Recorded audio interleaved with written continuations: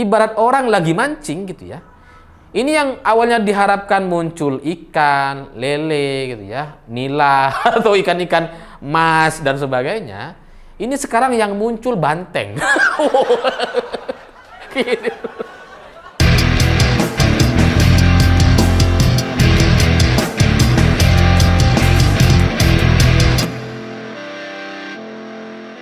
Selamat malam semuanya. Hari ini tim hukum PDI Perjuangan secara resmi melaporkan Roky Gerung kepada Bareskrim Polri. Dan ini sesuai dengan pernyataan Sekjen PDI Perjuangan Hasto Kristianto sehari sebelumnya. Dan saya agak kaget karena ternyata tim hukum yang dijanjikan oleh Pak Hasto itu ternyata bergerak sangat cepat dan sudah secara resmi melaporkan Roky Gerung kepada Bareskrim Polri. Karena ketika banyak partai masih memilih diam, bahkan banyak partai tidak berani menyampaikan pernyataan atau sikapnya terkait penghinaan yang disampaikan oleh Roky Gerung, ini PDI Perjuangan sudah 2 langkah lebih maju. Karena mengutuk keras, menuntut untuk meminta maaf, dan bahkan mengutus tim hukumnya untuk melaporkan Roky Gerung. Dan ini yang belum bisa dilakukan oleh partai-partai lain, terutama partai-partai pendukung Presiden Jokowi. Dan kalau saya melihat pernyataan dari tim hukum PDI Perjuangan, saya pikir mereka ini sangat teliti dan serius sekali untuk memproses Roky Gerung. Karena ketika banyak dari kita hanya berfokus kepada pasal penghinaan soal pernyataan Roky yang menyebut presiden itu bajingan, tolol, dan pengecut gitu ya. Tapi tim hukum PDI Perjuangan ternyata membawa banyak bukti, lebih banyak dibandingkan soal isu penghinaan. Karena kalau soal penghinaan itu kan delik aduan. Yang kalau nggak disampaikan, nggak dilaporkan sama Pak Jokowi, ini nggak bisa diproses. Tapi tim hukum PDI Perjuangan sudah mengerti soal itu, sudah sangat teliti. Sehingga ketika mereka datang ke Bareskrim Polri, mereka membawa banyak sekali bukti yang menunjukkan bahwa ternyata Roky Gerung ini melakukan penyebaran berita palsu atau berita bohong. Sehingga pelaporannya itu nggak harus Pak Jokowi, bisa dari PDI Perjuangan. Sehingga ketika banyak dari kita hanya fokus kepada penghinaan gitu ya, terkait pernyataan Roky yang viral di mana-mana itu, ini PDI Perjuangan menyiapkan banyak sekali bukti, dan saya yakin mereka sudah mendengar atau menonton pernyataan atau video Roky Gerung secara full. Ini harus saya bilang, saya akui mereka top lah gitu ya. Kuat mereka nontonin Roky. Jadi kalau saya disuruh nonton Roky 10 menit, nggak kuat saya, terus terang nyerah. Tapi tim hukum PDI Perjuangan yang berangkat dari DPP dan sudah sesuai dengan arahan atau instruksi Sekjen PDI Perjuangan sebelumnya, ini kayaknya sudah nonton semua tuh, nonton full semua, sehingga ketika mereka datang mereka bawa bukti-bukti yang cukup banyak. Cocok ini gitu ya. Sehingga dari sini gitu ya, dari pernyataan tim hukum PDI Perjuangan ini, maka penghinaan yang disampaikan oleh Roky itu hanya jadi pelengkap saja. Sementara laporan utamanya adalah berita bohong dan fitnah atau provokasi 10 Agustus mendatang. Sehingga ini kayaknya susah bagi Roky untuk keluar kali ini gitu ya. Susah untuk lepas kali ini gitu ya. Karena dari pernyataan tim hukum PDI Perjuangan, mereka menyampaikan bahwa di poin pertama mereka menemukan pernyataan Roky yang mengatakan bahwa Jokowi berupaya menunda pemilu karena nggak peduli dengan nasib buruh. Ini pernyataan yang pertama. Lalu kemudian poin yang kedua yang juga dipermasalahkan, jika pemilu ini terhalang oleh ambisi presiden, apa yang akan kita lakukan? People power yang akan dimulai 10 Agustus. Jadi dari 2 poin ini saja, saya yakin mereka bawa lebih banyak poin tapi nggak disampaikan semuanya gitu ya. Tapi dari 2 poin ini saja, ini sudah mengandung 2 unsur gitu ya. Yang pertama adalah berita bohong, yang kedua adalah unsur provokasi untuk melakukan aksi people power. Sehingga dari sini ini sudah cukup untuk memasukkan Roky ke penjara. Ini gila ini. Karena saya nggak kebayang awalnya, saya pikir PDI Perjuangan akan diam lagi gitu ya. Karena Roky ini sudah berkali-kali kok menyatakan kayak gini.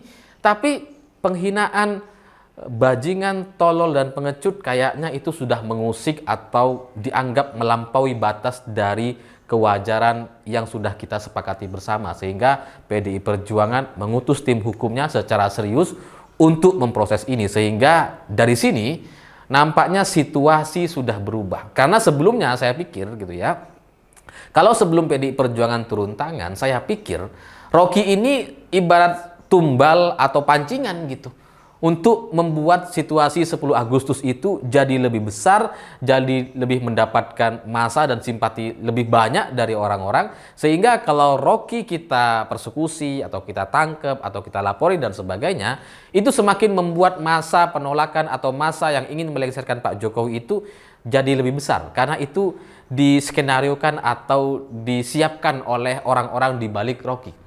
Saya pikir awalnya kayak gitu. Tapi kalau PDI Perjuangan sudah turun tangan kayak gini, seserius ini, membawa bukti-bukti berita bohong dan provokasi, ini kayaknya situasinya sudah berubah sehingga nampaknya 10 Agustus mendatang itu sudah berhasil dikendalikan. Sehingga dengan situasi seperti ini, kalau PDI Perjuangan sudah turun tangan, itu orang-orang di balik Rocky, cendana-cendana bohir-bohirnya, itu ketar-ketir.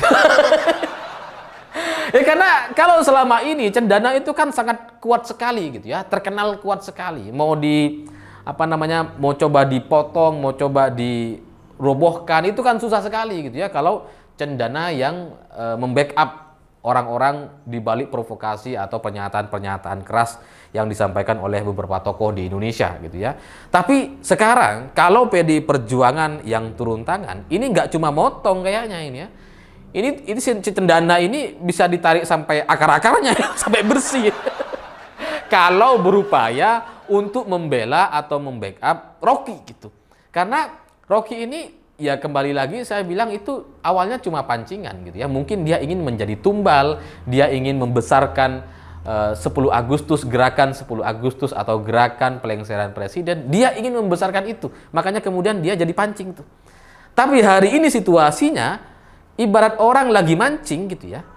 Ini yang awalnya diharapkan muncul ikan, lele gitu ya, nila atau ikan-ikan mas dan sebagainya. Ini sekarang yang muncul banteng. Ini berat orang mancing, yang muncul banteng. Ada banteng lagi diem. Lagi siap-siap nerekam. Jadi ya kalau situasinya sudah seperti ini, itu jangankan umpannya, jangankan pancingnya, bahkan rumah yang menaungi atau mensponsori si pemancing ini, itu bisa juga ikut diseruduk dan dirusak sama si banteng. Sehingga ya kayaknya Rocky akan selesai kali ini gitu ya. Dia nggak bisa lagi lolos dari jeratan hukum kalau situasinya sudah seperti ini. Dan terus terang saya menduga ini ada arahan dari Ibu Mega. Ini dugaan saya gitu ya. Karena sebelumnya kan tim hukum ini disiapkan sama Sekjen Hasto Kristianto, Sekjen PDI Perjuangan, dan kemudian benar-benar melaporkan Rocky hari ini ke Bareskrim. Dan kalau sudah sejauh ini, sudah ada langkah sejauh ini dan ada laporan resmi mewakili DPP PDI Perjuangan, ini ya pilihannya cuma dua. Apakah ada arahan dari Ibu Mega untuk membela Pak Jokowi, membela harkat dan martabat presiden atau kader dari PDI Perjuangan, atau minimal Ibu Mega mengetahui ada isu seperti ini dan kemudian ada tim hukum yang diutus oleh PDI Perjuangan untuk memproses Rocky Gerung. Sehingga kali ini gitu ya, kayaknya PDI Perjuangan juga sudah mengerti mungkin gitu ya, di balik Rocky dan kawan-kawan ini ada kelompok besar, ada bohir-bohir besar yang siap membela dan membackup Rocky gitu ya, sehingga Rocky-nya jadi percaya diri. Makanya kemudian kalau ini dibiarkan dan hanya kelompok-kelompok relawan yang melaporkan, ini bisa terjadi kesalahan di lapangan. Karena yaitu skenario untuk 10 Agustus bisa terus berjalan kalau laporannya hanya dari kelompok relawan. Tapi kalau PDI Perjuangan sudah backup full, sudah ikut turun tangan, itu artinya ya untuk 10 Agustus ini semuanya harus kocar-kacir dan harus selesai dan nggak boleh ada lagi kerusuhan atau keributan. Sehingga PDI Perjuangan menunjukkan sikap yang luar biasa, bertanggung jawab kepada kadernya, dan juga membackup kelompok relawan yang selama ini membela Presiden Jokowi. Sehingga proses hukum ini bagi saya adalah sebuah langkah yang sangat bijak yang dilakukan oleh partai, oleh PDI Perjuangan, ketika banyak partai lain nggak mau atau bahkan nggak berani untuk menyampaikan komentar. Jangankan melaporkan, mau komentar aja nggak berani gitu ya. Sehingga ya ini bukan yang pertama bagi PDI Perjuangan. PDI Perjuangan itu kalau diserang gitu ya, kantornya diserbu, dirusak oleh orang nggak dikenal, kadernya dihina seperti ini bukan yang pertama. Beberapa kali sebelumnya PDI Perjuangan selalu menempuh jalur hukum, nggak mau main hakim sendiri. Meskipun sebenarnya PDI Perjuangan adalah partai penguasa atau partai pemenang pemilu 2 kali.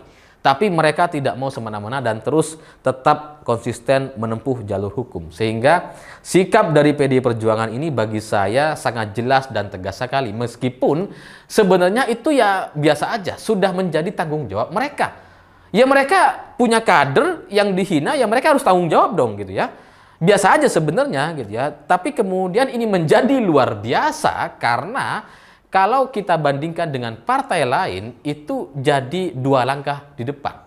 Ya karena selama ini gitu ya, PDI Perjuangan kan nggak pernah kelihatan bikin baliho tegak lurus ikut komando Pak Jokowi. Nggak ada gitu. Ya karena PDI Perjuangan tegak lurus sama Ibu Mega.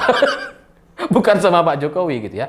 Tapi partai-partai lain gitu kan banyak yang bikin baliho kayak gitu, PSI misalkan atau Gerindra gitu ya, ikut arahan Pak Jokowi, tegak lurus kepada Pak Jokowi, atau foto Prabowo sama Pak Jokowi ada di mana-mana gitu ya. Tapi ketika Pak Jokowi dihina, ternyata yang berada di barisan paling depan adalah hanya PDI Perjuangan. Sementara PSI dan Gerindra ya kelihatan cuma berani pasang baliho saja, nggak mau susahnya gitu ya, nggak mau proses hukum Rocky yang sudah jelas-jelas bersalah. Sehingga dari sini kita bisa melihat siapa pembela Pak Jokowi yang sebenarnya. Karena bagi mereka yang merasa ikut komando Jokowi, merasa tegak lurus dengan arahan Pak Jokowi atau ikut semua arahan Pak Jokowi dan sebagainya, itu seharusnya hari ini mereka marah ketika Rocky menghina-hina Presiden Jokowi.